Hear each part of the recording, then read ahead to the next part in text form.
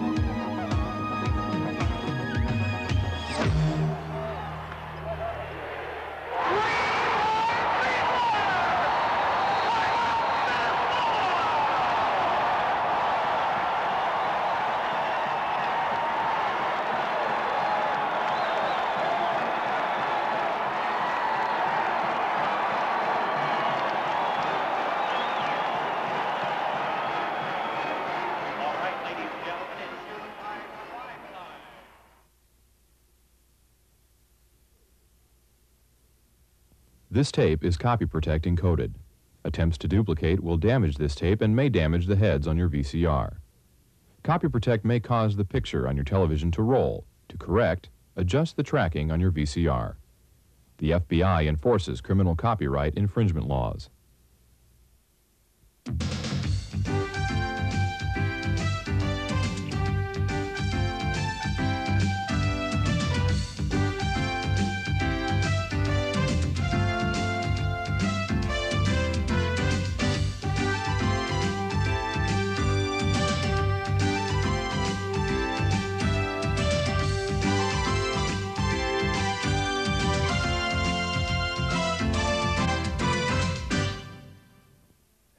All right, my name is Jeff Jorgensen. The tape you're about to watch is Beginning Tumbling.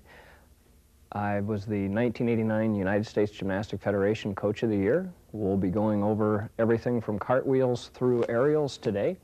I'll be going through the basic tumbling skills and then going through some troubleshooting for you.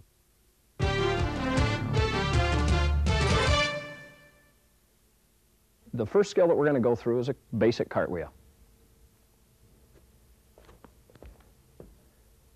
Very good. Now most people already know how to do the cartwheel, but there are several things that I want to go over with this. Number one is what each aspect is, and this is going to come into play later on as we get into some of the more advanced type skills. First position we want to get to is just a basic lunge. What we want to make sure of is this foot is turned out slightly, the back foot is also turned out. The main emphasis that we want to have here is that the hips remain square. If we end up with twisted hips, we're going to have a very crooked cartwheel. Go ahead and do one. Nice. The second thing that we want to go over with this too is the hand placement. Do one where the fingers turn out. Okay, so where your second hand goes down wrong. This is what we want to be careful that we avoid, and this is one thing that coaches do want to be aware of. The hand placement needs to be either, put them straight down pointed towards me, this way. Okay, now place the second hand pointing back at the first one. Or this way. No, right here. Second hand turns into the first. Okay, what this is going to allow us to get some block off our arms, which again later in some of the other skills, particularly the round off that we get into and the round off back handspring, it's going to be a very critical factor that they do learn to do. The second thing is the finish, and we want to make sure as we finish in a lunge, to where as she lands that the hips are square again. And here again I keep emphasizing the round off, but if we don't get our cartwheels to be square, we don't have a chance for the round off to be square. What I'd like to do now is work a little bit of the block through the shoulders. So as she comes off, what she wants to do now is she's going to push through the floor, pushing through her shoulders to allow her body to get a little bit of lift before she lands. Push. Good. Do a couple of those. Push it hard, real hard right here. Very nice. Okay. If you notice, she got some pop-up off the floor. By doing this in the cartwheel instead of jumping right into the round-off, what this is going to allow her to do is get the feel of the block, allow her to get some lift to come up off the floor, and allow the cartwheel to finish in its proper ending. Some of the problems that we're going to run into, especially in beginner tumblers when you do cartwheels, is, let's stand over here now, do one where you pike around the side. Okay, and a lot of times that's caused from, when we begin our cartwheel, if we break it down even more, the front leg is our push leg. Very important. That's the leg that's going to give us our lift. The back leg is the rotation leg. That's the leg that's going to give us our kick. What happens a lot of times when we come around the side is we're not being explosive enough in both the front and the back leg to get our direction to go over the top. Some of the things that we can do to correct that as spotters is when she goes over, I can take her legs and actually physically lift them. Do one more. Do a good one this time. Okay. If by physically lifting her legs, I can get her to open up the hip angle just a little bit so that she gets a nice straight line. That is one of the things that we really need to make sure that we have in our cartwheel when we do that. Okay? Let's do one more cartwheel.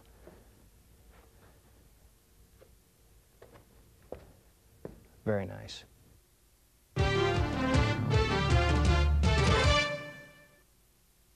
This next skill that we're going to go through is the round-off. Very nice. In the round-off is probably, in my opinion, one of the single most important tumbling skills you can teach. Basically what we're doing is we're starting facing forward, we're getting our direction to go one way. Then we're going to change our body 180 degrees, but we still want the forces to be created. Okay? Do one more. If you notice, she's facing this way. Her body finishes exactly a 180 degree turn when she lands. Here again, this is where a lot of the cartwheel things that we just did are going to pay off. Okay? Again, the front leg pushes, the back leg kicks. What's going to happen on this is as those legs come over the top, they snap together. That snapping together action is what gives her some lift off of her hands. And again, the blocking drill that we did in the cartwheel is going to come into play too. Do a slower round off this time, but snap the legs together. Okay. As the legs come together, we want them to come together right at the vertical or slightly after. Okay. Go ahead and do a little faster one this time. Try to notice when the legs actually hit. Okay, and the power that she's creating when she does this. There's several things that we can do with this. To start with, drop down to your knee. Let's do them from the knee first. Okay, this is a drill that I like to do with the kids because it forces them to create the legs to snap together. Now, one of the things that you're going to have problems with is at the beginning, if they don't have a cartwheel that is very square. In other words, we talked about the hips being square at the beginning and the hips being square at the end, and the legs coming over the top. If we don't have that, the round-off's going to be hard to do. The round-off is going to be very crooked. Now let's assume that we've got our gymnast to where, or our tumbler to where the round-off or the cartwheels are starting square and finishing square. We can go ahead and begin to do this. Go ahead and do one from the knee. Good. Okay, she's rebounding out of each one very, very nice. Now one thing that we can do too is as she finishes the round-off, and this again will kind of help us with some of the skills later on, which in particular is the back handspring. Finish this one in a hollow with no rebound. When she lands, she can bend her legs. She does not have to worry about the rebound at this point. All we're concentrating on is trying to get those legs to come together at the top. Do another one. Okay. Also, if you notice when her hands are going down just like we did in the cartwheel. This is one of the places that you also want to watch very closely how the hands go down. Do another one, and watch the hands this time as her hands go down. Very nice. Okay. Once they have this kind of drill down to where they're getting their legs snapping together, let's go ahead and do one from just a step now. You can go into the step round off. Step hurdle or? Just step. Okay, again, legs are snapping together very nice. Then we can go into the hurdle. And let's do the hurdle a little bit slow. Let's do step, step, hurdle. Okay? What she's going to do is she kicks. Okay, what this does, this adds a little bit more force to our round-off. And one of the things that you coaches are going to realize is, and watch for very importantly, as these kids develop their round-off, when they start trying to put more power into it, you're going to find an awful lot of them, particularly the beginner tumblers, are going to lose control of their round-off. Back them down, slow it down, okay? Because if they go too hard, what happens is that control is just lost. And it's so important that they build control with power. Those two things go hand in hand. What I tell my tumblers to do is, as the round-off is in nice control, try to increase the power gradually, very, very small. Let's go real hard on this one. Okay, you can kind of see the rebound and the punch that she's getting out of that. One thing we can do too, I'm going to have you go from this direction, come back towards me. One of the things we can do now as coaches is we can start to spot this. And all I want you to do is finish this one in a hollow body, okay? Yeah, just go into it. So if she comes over, I can catch her right here in the small of her back. This is going to set you, coaches, especially those that haven't done a lot of spotting, to get your timing for the rhythm of the round-off back handspring. Go ahead and do another one. Finish in a nice hollow again this time. One of the reasons I'm having her finish in a hollow right here, and if you notice her back is relatively round, shoulders are forward, arms are up. Very critical that the arms finish up. You're going to see a lot of the kids when they finish, they're going to finish with their arms down here.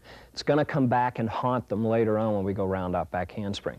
So if she finishes in a hollow, my hand's catching the small of her back, make sure you're right about where the belt line would be, and this is going to give you the timing for the back handspring. Let's go ahead and do just round-off again to the hollow. So as her feet come over the top, my hand's actually on her back before her feet hit the floor. Very, very important. And that's something as coaches that I think is probably one of the most critical things as the kids are working round-offs. If you'll just stand there and spot them over and over and over again, just touching the small of their back is gonna get it. Let's do one more of those. So if you watch where my hand comes, her feet come over the top, I'm right there on the small of her back. The other thing that's very important here too, and this is why that round-off coming straight over the top, or the cartwheel coming over the top, is so important.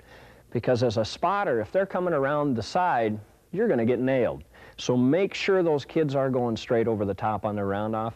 Get your timing in for the round-off landing, and you're going to be good to go.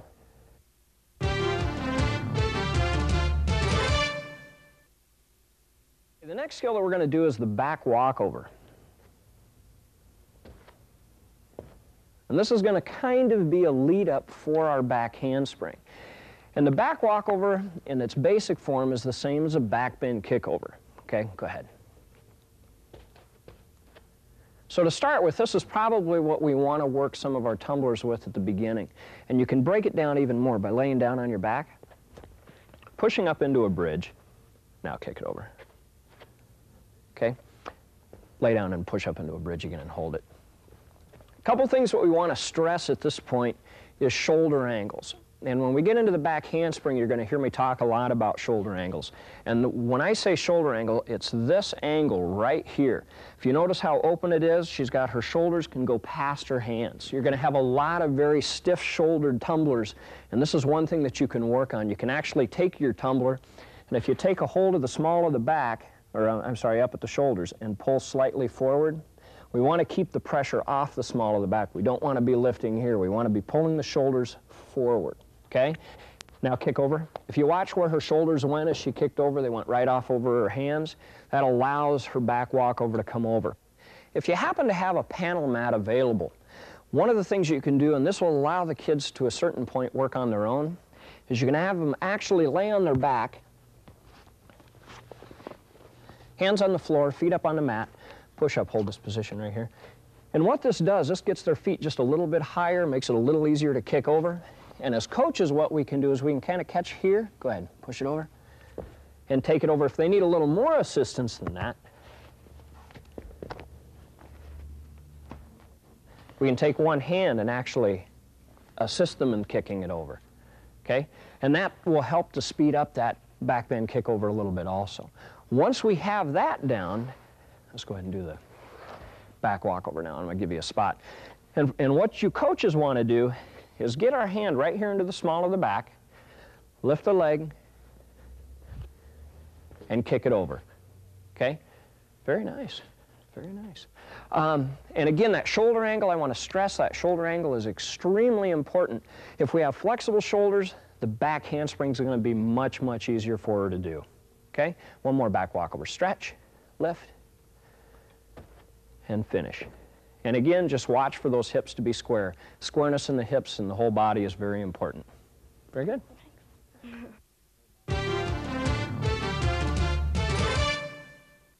The next skill we're going to do is the back handspring, also called the flip-flop.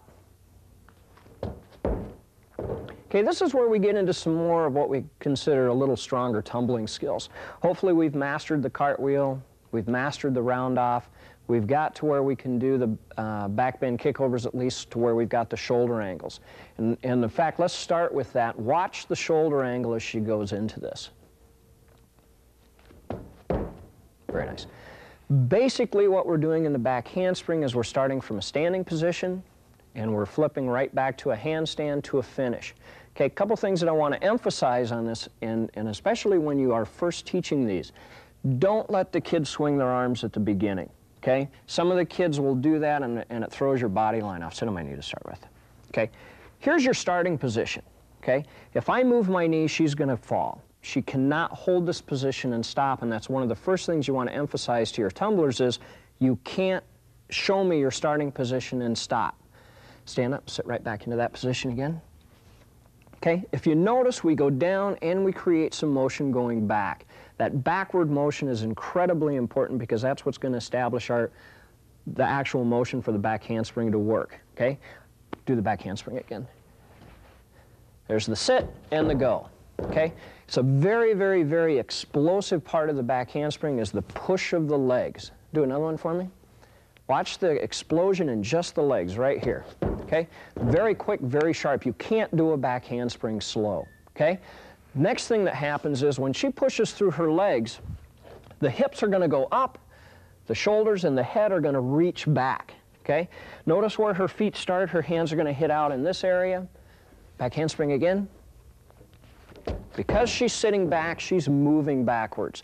One of the problems that you have with the kids doing where you just bend straight down and do a high one. Okay, one of the things that can happen, and you'll see this with a lot of kids, is they hesitate. They bend straight down, they jump straight up. If you jump straight up, we're not going to move back. We're going to come down on our hands and we're going to collapse. Very critical that they sit back as they go into that, and we just call that the sitting position. It's almost like sitting in a chair and having somebody pull that chair out from under you and at that instant throw the back handspring. Let's do one more. No, sit back into it. Chair position, reach, very, very nice. Okay, hand placement on this is also important. When she does this, when her hands hit, we want them to be either this way or facing each other. You're going to have some kids are going to want to tumble with their hands out. If they're tumbling with their fingers out, it puts a lot of excess stress on the elbows. Plus, it's very hard to get much block off your hands. Go ahead and do it with the fingers either straight ahead or turned in, either one. Okay, as long as the hand placement's correct, you're going to get some block. You're going to have some power develop in this. And again, this is a very powerful move. You cannot go slow. To spot the back handspring, couple things that we want to be aware of. One, again, it goes to the small of the back. This is where if we've practiced with our round-offs, when we go to put round-off back handspring together, it's going to be much quicker and much easier for you. Tuck the thumb under, hand here, go ahead and do back handspring. And lift through. Try to avoid the arms to roll all the way with it. Do it again. If I take her like this, and I roll this way, I put an awful lot of unnecessary stress on my shoulder and my elbow. So when you spot, once again, make sure that they roll over the arm. If you notice, my hand did not change position. Do it again.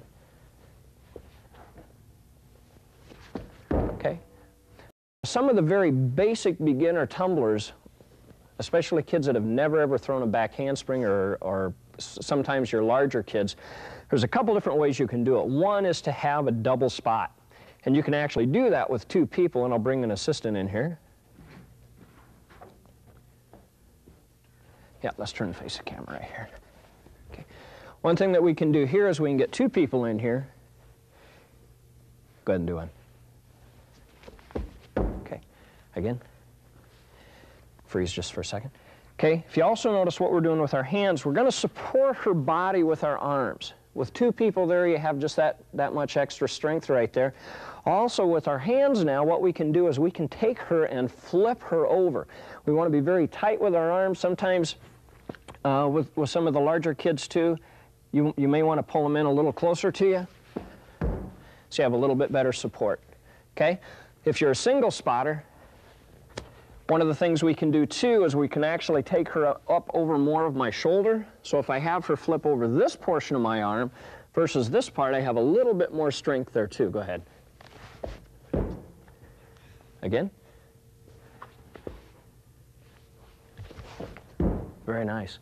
And again, this is where squareness, straightness, legs together, arms up. If you have kids that swing their arms, sometimes they're going to swing them wide. If I'm in that close, again, you're going to get nailed as a spotter. So do emphasize the arm placement, body in nice and close, and I can carry her right through. Now we can even break this down a little bit more. This takes a little more strength on the spotter's point. But what you can also do is you can physically pick them up. And one of the things that we have trouble with, or what a lot of kids do, is they want to pull their feet over early. Go over in a pike. Pike it right here. You'll see a lot of kids that want to do that. And what they're doing is they're seeing the floor come, they're wanting to pull their feet over really, really fast. So what we can do as spotters, now I'm going to just pick you up and put you in an arch, is as she goes, I can pick her up here, put her in the proper body position, and again, this is where that shoulder angle comes in, and then take her through. You can take them through very, very slowly on several repetitions till they get the feel of those hips to stay open. Yep. Okay. Once they have the general back handspring, then we can fine-tune it. Then we can work on making sure the toes are pointed, the legs are fully extended, shoulders are completely open where we want to. And again, a lot of this is just numbers game. The more and more we do, the stronger they become. Okay, one of the things we can do if you do have access to panel mats is we can build a wedge or a hill in this case. And what we've done is we've taken a full panel mat here, unfolded at once, a second panel mat, basically folded it in half to start our hill, and then we took another panel mat and just opened it up to give us our base. Okay? What this will allow you to do is by having the gymnast, similar to we did in our back walkover, by having the gymnast up high, it lets her hands have a chance to travel a little farther, a little more time to get her shoulders to open before she makes contact with the floor. This also can make it much easier for the spotter to spot the back handspring. Okay, this is a very, very good progression to put in the back handspring, especially if you've got a large number of kids and you're doing a large amount of spotting. Go ahead and do one by yourself now. And then as they develop the back handspring, for example, once they have it on a wedge by themselves, and you can purchase actual wedges that are very soft and have a lot of cushion. The nice thing with those, they're very forgiving. So if the kids do have some problems with landing, they generally tend not to be injured. And what we can do now, go ahead and start a little farther down. Okay. Once they get to where they can do the back handspring pretty much on their own, you can start to work them down the hill to where their hands still hit the mat. Go ahead. But their feet are now hitting the floor.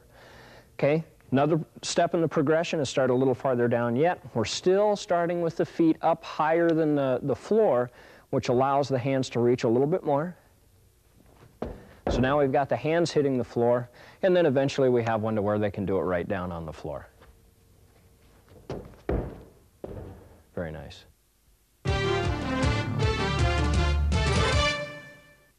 The final skill we're going to do on this tape is the aerial, or aerial cartwheel. Okay? And basically what it is a cartwheel with no hands. And this is, again, I got to keep going back to the cartwheel, but the importance of this is the push of the front leg, the kick of the back leg. When she takes off, the more explosive she is through the front leg, and the harder she kicks her back leg, the easier the aerial is. Do one more. Big push through the front leg, pull the second leg around. Do a dive cartwheel for me. Okay, what we can do for the prep with this, let's assume that we've already done the standing cartwheel where we've got some push off the legs, we're getting some block off our arms.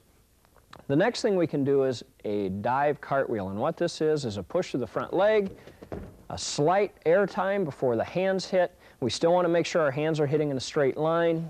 Watch that they don't get their body to turn too far halfway through. Do one more for me. When she lands, she's landing in that lunge. That first foot is turned out, the back leg is turned out, the hips are square. If the front foot's like that and the back foot is like that, the hips almost have to be square, and that's why I emphasize that part of it. Do it again. Watch the push of the front leg here. Okay? Again, very, very explosive. When she takes off with this, we've got to make sure that the front knee is out in front or is even with the shoulder as she takes off.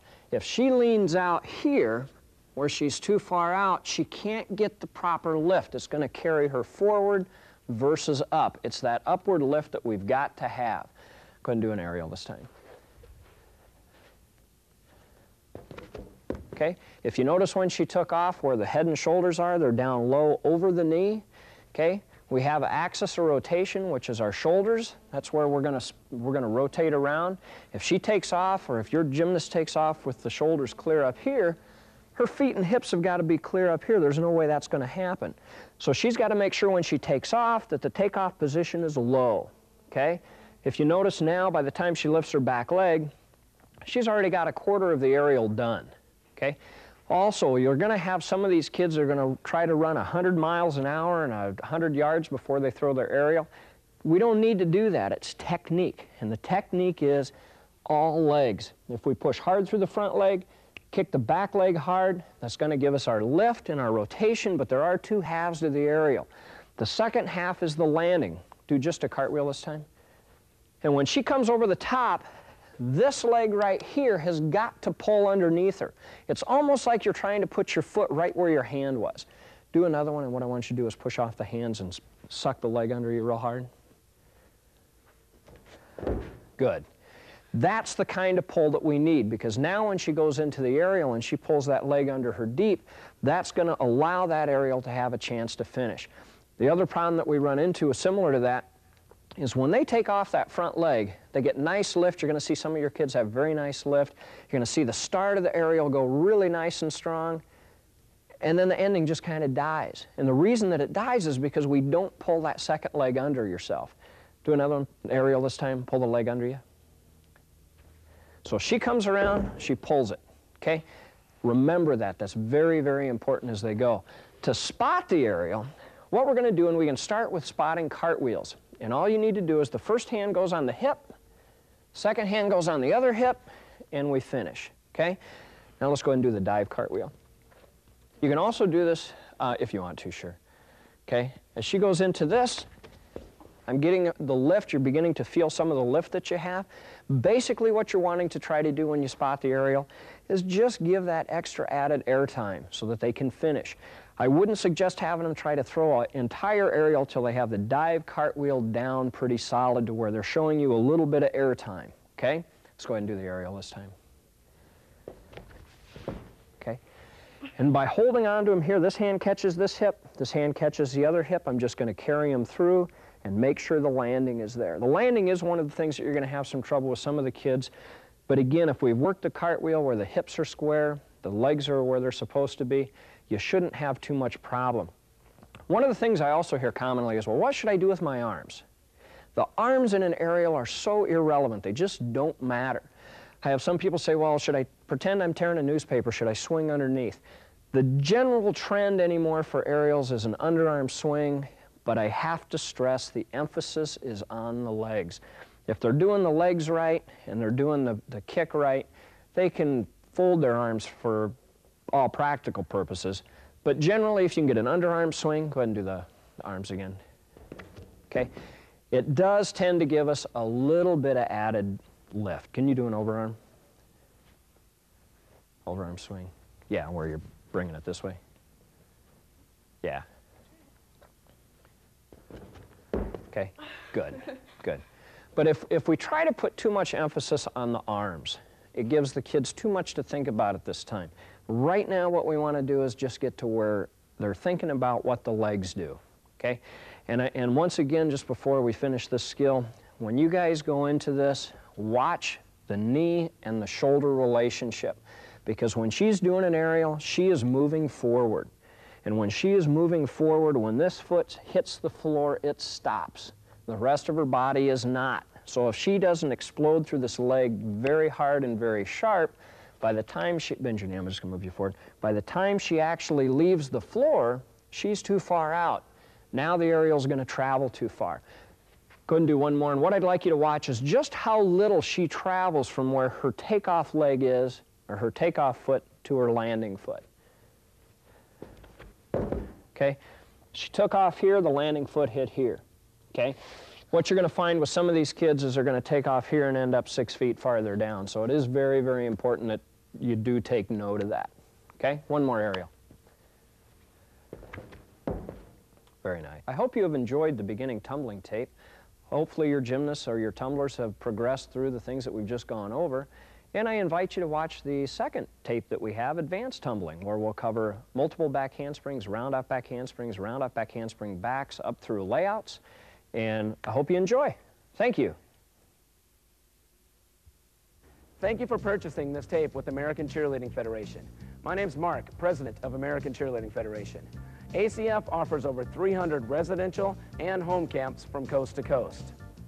We also offer 2-, 3-, and 4-day home camps. What we do at our home camps range from $50 on up for a minimum of 12 people. Now at these camps, we hit everything. We hit cheers and chants, we hit partner stunts and pyramids, we hit hands-on tumbling and spotting. So we teach you guys how to spot yourselves, so once we leave, you can go ahead and spot yourselves and keep on tumbling. We do jumps and we also do dances. Now, for our camps, to offer this to you, we also have what's called 100% satisfaction guaranteed. If for any reason you are not satisfied with your camp, at the end of your camp, you pay nothing at all. We will give you your full money back for that minus the deposit, but we offer 100% satisfaction guaranteed with that. So if you're interested in a camp with ACF, we do home and residential camps.